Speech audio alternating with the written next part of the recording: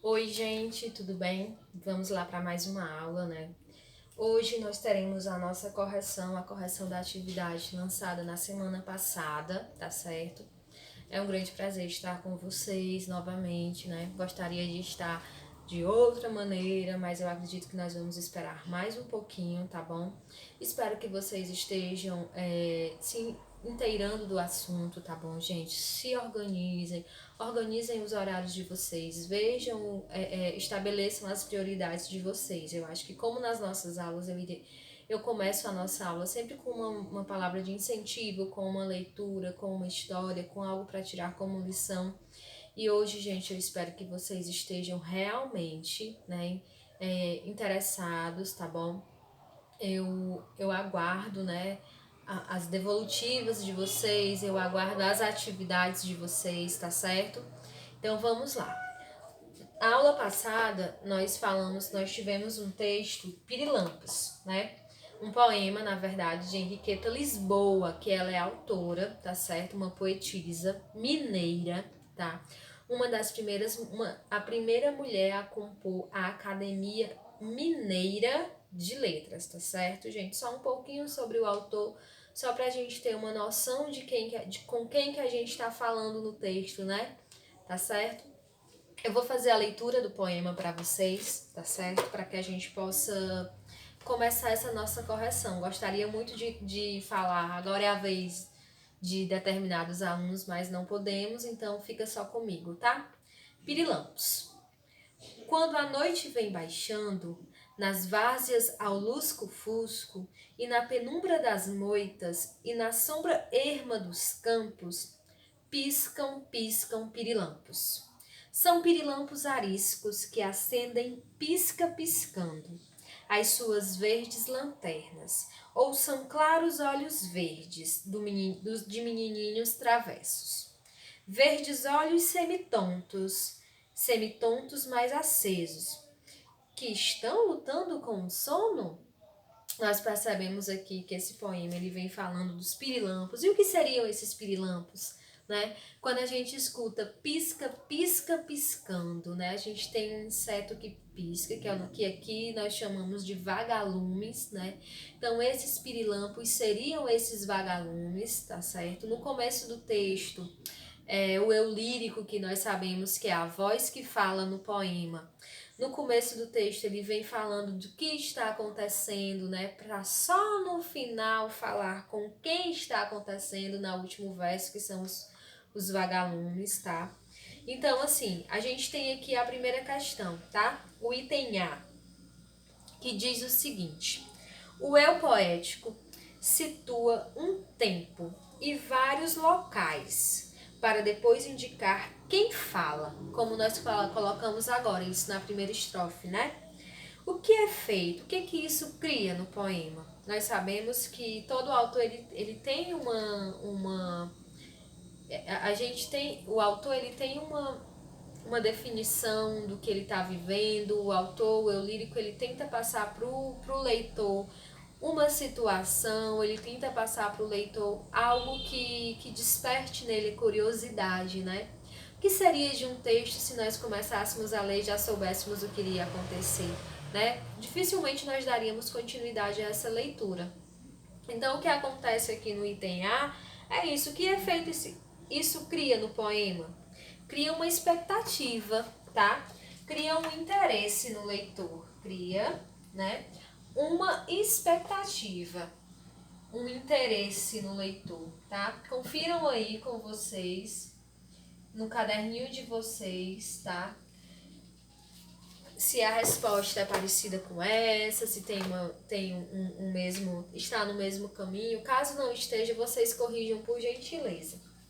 No item B, diz assim: pirilampos são vagalumes. Releiam. Piscam, piscam pirilampos. Olha aí, o que a gente pode imaginar, né? Se nós não soubéssemos o que era o pirilampos, nós teríamos pelo nosso conhecimento de mundo essa ideia, pelo contexto, pelo que o texto vem dizendo ao redor. O que a repetição da forma verbal, quando ele fala da forma verbal, o que se repete? Se repete a palavra piscam, piscam, né? Então, a forma verbal é o verbo piscar.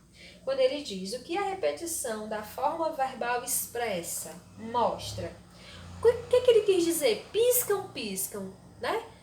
Pirilampos, que eram os vagalumes. Isso quer dizer que os vagalumes piscavam direto, né? Se a gente sendo bem mais informal. Os vagalumes piscavam direto. A luminosidade, o piscar, aquilo que era emitido pelo inseto. Então, o que a repetição da forma verbal expressa? A ação contínua, de continuidade, de que os vagalumes estavam piscando direto. Confiram aí com vocês se vocês colocaram dessa forma ou algo parecido, tá? Se não, corrijam, por favor. O item C. Que outra expressão ou palavra retoma essas formas verbais? Que outra expressão ou palavra no texto nos dá a ideia de que algo como o que foi visto anteriormente estava acontecendo? Se nós formos olhar na segunda estrofe, nós temos são pirilampos ariscos, que acendem, pisca, piscando. Então, o fato de pisca, piscando dá essa ideia de pisca, pisca. Então, seria o item, que seria essa resposta no item C? Seria pisca, piscando, ok, gente? Corrijam aí. Pisca, piscando é essa forma verbal parecida com piscam, piscam, ok? No item D, vamos lá. A palavra que você indicou, no caso a pisca, piscando, tá? É um neologismo. Vimos na aula anterior, no vídeo anterior, que seria esse neologismo, né, gente? Que é a criação, é a inserção de novas palavras no nosso vocabulário, que podem ser por gírias, que podem ser por mudança de sentidos de palavras, né? De que forma ela foi formada? De que forma a palavra pisca, piscando foi formada? Essa formação obedece às regras da língua portuguesa para a formação de palavras? Explique. Vamos lá. Se a palavra pisca, piscando, ela foi formada a partir de qual palavra? De um verbo. Do verbo piscar, né? E quando ele fala pisca, piscando, esse verbo, o quê? Ele duplicou, né? Então, a palavra foi formada pela reduplicação do verbo. Que é esse verbo, gente, do verbo piscar, tá certo?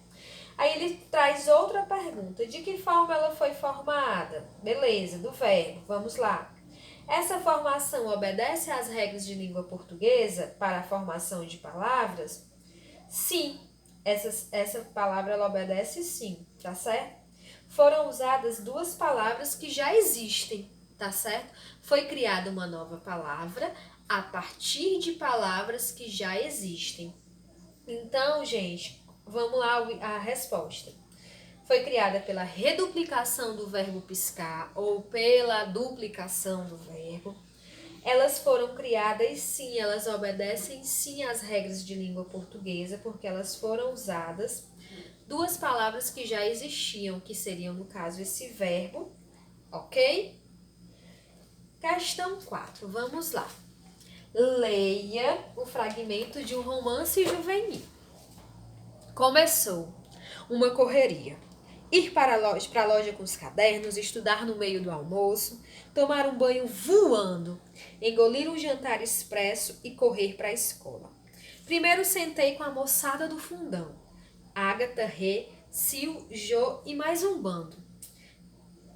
Depois percebi que só saía papo e que não conseguia ouvir nada. Pulei para a turma do gargarejo. Thelma Guimarães de Andrade. Vamos lá. O item A diz, o narrador inicia o trecho com começou. Começou pelo contexto, pelo que tem mais à frente, né? Pelo texto. O que teria começado? Quando ele diz começou uma correria. Ir para a loja com os cadernos, estudar no meio do almoço, tomar um banho voado. O que começou, moçada? Começou o quê? Começou o período das aulas, né? Começou o período das aulas. Pelo contexto, a que se refere essa indicação? O que começou? Começou as aulas, né? Então essa eu acho que acredito que muita gente acertou, ninguém vai poder precisar corrigir essa. Vamos pro próximo item. B. Observe as palavras e expressões destacadas. Quais são? Voando, moçada do fungandão, papo e turma do gargarejo. Elas são próprias da linguagem informal? Explique cada uma delas. Gente, quando eu digo assim, voando, menino, o tempo tá passando voando. Voando é o quê? A gente consegue perceber o quê, gente? Que é o sentido o quê? Que é o sentido figurado. Que tá passando o quê? Muito rápido, né? Quando a gente usa o termo voando, a gente tá ou não falando numa linguagem informal, gente? Se a gente for olhar ao pé da letra, sim, né? É uma linguagem informal. Quando eu digo para vocês, moçada do fundão, né? Quando eu digo moçada do fundão, na escola nem tem, né, moçada do fundão. Turma do gargarejo e papo, né? A gente percebe que essas palavras, elas não foram criadas, né? Talvez a turma do gargarejo a gente ainda possa ter uma certa dúvida, mas, ou seja, item B, observe as palavras e expressões destacadas. Elas são próprias da linguagem informal? Sim, né? Explique cada uma delas. Elas são meio que gírias. Por exemplo, o que é o voando? Voando é passar rápido. O que seria a moçada do fundão, gente? A moçada do fundão são aquelas pessoas que sentam lá atrás, que gostam de conversar. O que seria o papo? O papo é o quê, gente? O papo é uma conversa, né? O que seria essa turma do gargarejo? A turma do gargarejo, pessoal, são os alunos que sentam nas primeiras cadeiras, tá certo? Então, o item B, ele pede para você explicar o sentido de cada uma dessas palavras, tá certo? E o item C, em sua opinião, palavras e expressões como essas podem ser consideradas neologismo? E aí? Eu acredito que vocês tenham percebido que essas palavras elas já existem, que o sentido de que essas palavras elas exercem na língua, elas também já existem, né, gente? Então, assim, são gírias, né? Se elas constam no dicionário, elas são consideradas neologismo, né? Por exemplo, o voar, né? O voar foi uma palavra que foi ganhado um sentido para ela. Se essa palavra foi ganhado um sentido para ela, né, um novo sentido, o que vocês acham? Vocês acham que ela se enquadra no neologismo? Fundão. Fundão é o quê? O fundão é só o sentido figurado, gente. É só alguém que tá sentando lá atrás. Não tem nada de novo nisso. Turma do gargarejo.